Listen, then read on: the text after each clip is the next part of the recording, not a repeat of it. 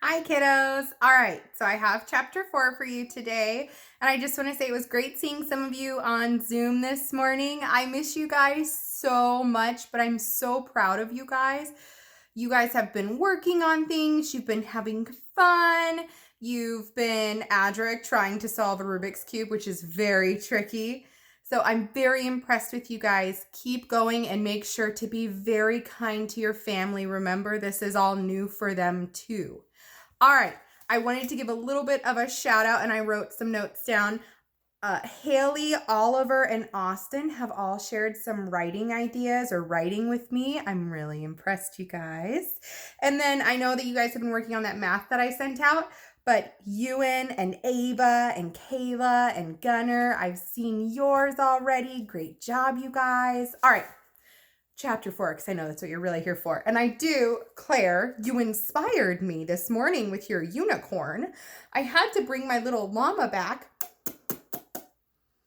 just to hang out with and snuggle, because sometimes when I'm feeling just overwhelmed, it's nice to snuggle with a stuffy. Okay, chapter 4, stop, drop, and roll. We were sitting in Mr. Cooper's class the next day. He told us to turn to page 23 in our math books.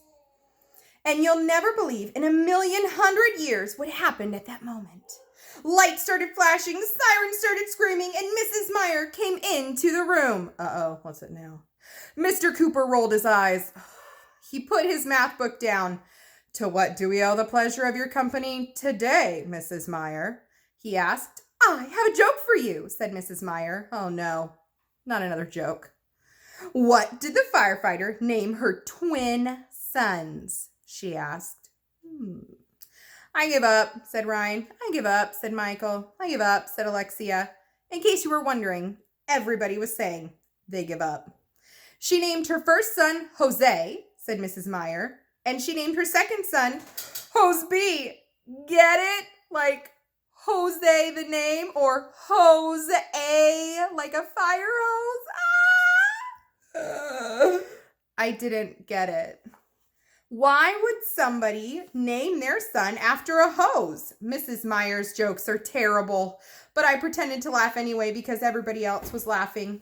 Yesterday, we talked about preventing fires, said Mrs. Meyer. Today, I'd like to talk about what you should do if there is a fire in your house. Mrs. Meyer had lots of good advice. She told us that before opening a door, we should touch the doorknob and put our hand on the crack around the door. If you feel heat, there may be a fire on the other side of the door. She also told us that if your room is on fire, you should stay low to the floor because smoke rises. The air you can breathe will be near the floor. She sure knew a lot about fire. Now let's say your clothes catch fire and you don't have a fire extinguisher, said Mrs. Meyer. What should you do? Andrea was saying, ooh, ooh, ooh, ooh, and waving her hand like she was cleaning a big window.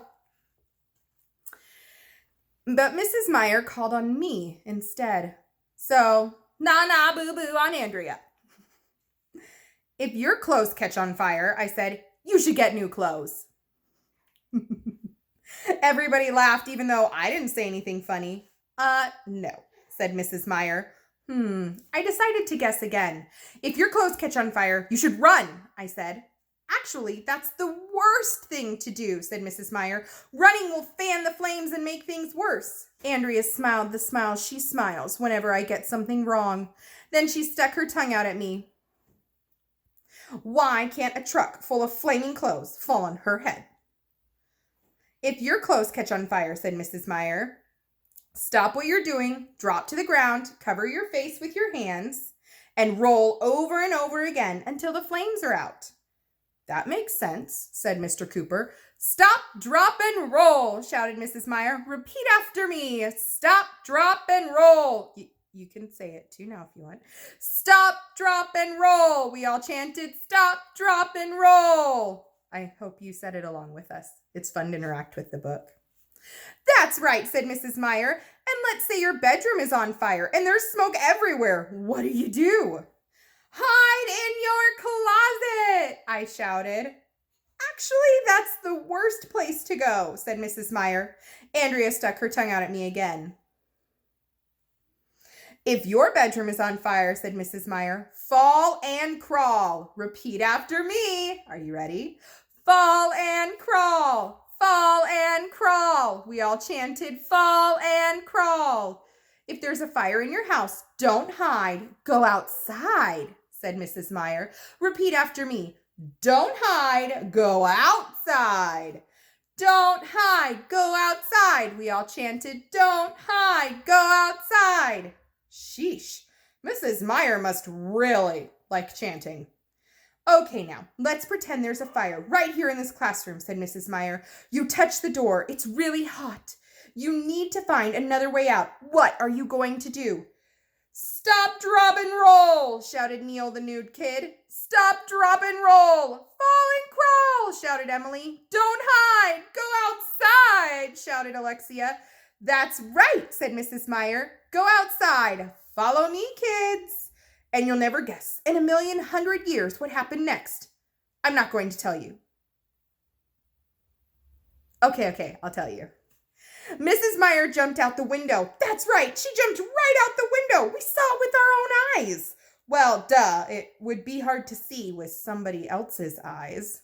See, book's got some good funnies.